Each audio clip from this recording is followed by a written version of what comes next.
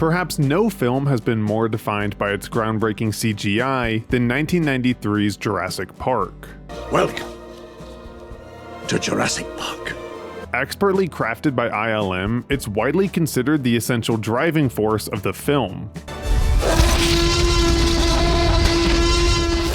But what if I told you that the two best scenes in a film that literally won the Oscar for Best Visual Effects are actually moments where they weren't used at all? Now eventually you do plan to have dinosaurs on your dinosaur tour, right?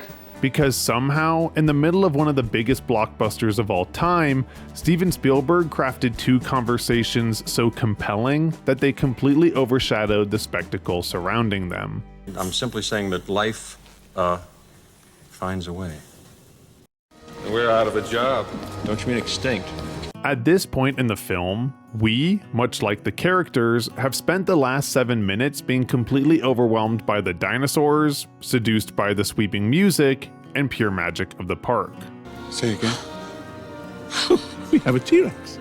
And then suddenly, the film steps back. Yes. Who's hungry? And cuts to a sterile, darkened dining room. The majestic score falls completely silent, and 5 characters sit around a table discussing whether or not the park should exist at all. The world has just changed so radically, and we're all running to catch up. And what makes this scene so fascinating is that Spielberg doesn't frame it as a breather, he frames it like a battle. Not physically, but ideologically. This is the film's intellectual heart. There are no insults or friendly banter, it's just a sharp, intellectual debate on an extremely complex topic.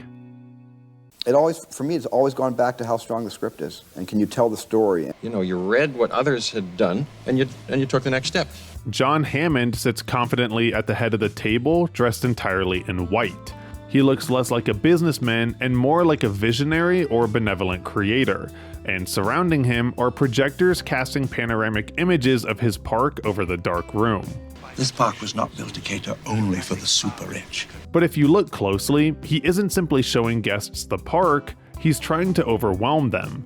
Just like his initial reveal with the Brachiosaurus, he doesn't simply want to show them the dinosaurs, he wants to sweep away their skepticism. The voice you're now hearing is Richard Kiley. We spared no expense. Everything he does is a presentation. Even a simple lunch becomes a meticulously staged performance with the projectors and sea bass. Because Jurassic Park itself isn't really nature. It's a carefully staged attraction pretending to be nature. What you call discovery, I call the rape of the natural world. But sitting directly across from him is Ian Malcolm, who isn't seduced by his performance and is dressed in all black to act as his complete visual opposite.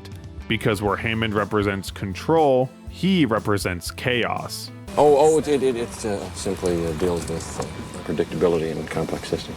Hammond wants everyone to focus on the wonder of his creation, but all Malcolm can focus on are the consequences that might arise when that control inevitably disappears. Yeah, but John, if the Pirates of the Caribbean breaks down, the pirates don't eat the tourists. And it's in this clash of philosophy where the entire thesis of the film is announced. Yeah, but your scientists were so preoccupied with whether or not they could, they didn't stop to think if they should. And Spielberg constantly reinforces this divide through the camera placement. You didn't earn the knowledge for yourselves, so you don't take any responsibility. Hammond is framed as the person in control, and thus the camera tends to frame him in wider, steadier shots, keeping the projections of his park constantly in frame. Park will open with the basic tour you're about to take. It makes the entire scene feel like a sales pitch, which is exactly what Jurassic Park has always been. A carefully choreographed performance designed to overwhelm its audience with wonder. The most advanced amusement park in the entire world. And Spielberg quietly starts dismantling that control by isolating Malcolm in sharp confrontational close-ups, as though he's being visually separated from everyone else at the table. And packaged it and slapped it on a plastic lunchbox, and now you're selling it. You're selling it. But as Malcolm starts tearing apart the logic of the park, the visual power dynamic shifts. The wider, calmer shots on Hammond become tighter. A flock of condors on this island. You wouldn't have anything to say. No, hold on. And when Malcolm delivers his final point, Spielberg places the projector light directly behind him, transferring his academic critique into a prophecy. What you call discovery, I call the rape of the natural world. And his words are made more impactful by the noticeable lack of music in the scene. The only thing we hear besides the dialogue is the rhythmic flickering of the projectors, which begin to feel like a countdown to the park's demise. But the park will open with the basic tour you're about to take. This is the true turning point of the film. From this point onward, Spielberg never lets us see dinosaurs the same way again. Before this scene, the park felt magical, but afterwards, it almost feels distasteful, and every encounter starts feeling like the inevitable collapse Malcolm warned about. John, the kind of control you're attempting is, it's not possible. Listen. But if the lunch scene is the intellectual heart of the film, then the second is the emotional counterpoint. You're right, you're absolutely right. At this point in the film, Hammond's illusion of control is completely gone, and while the dinosaurs are now freely roaming the park, once again, Spielberg suddenly pauses the film. Well, I'll stay awake. All night? There's no action or spectacle, just Hammond and Ellie sitting together eating melting ice cream. And for the first time, Hammond stops feeling larger than life. I wanted to show them something that wasn't an illusion. Spielberg emphasizes this by highlighting his dream before cutting to an empty dining room. And where earlier he was framed confidently at the head of the table, now there's no more performance. And all that's left is an old man realizing he was never in control. Even his white outfit now looks like a sign of surrender. A name not devoid of merit. And Spielberg allows Hammond to dwell on his failure by rarely cutting away from him as he begins his story about his first attraction. The flea circus, Petticoat Lane.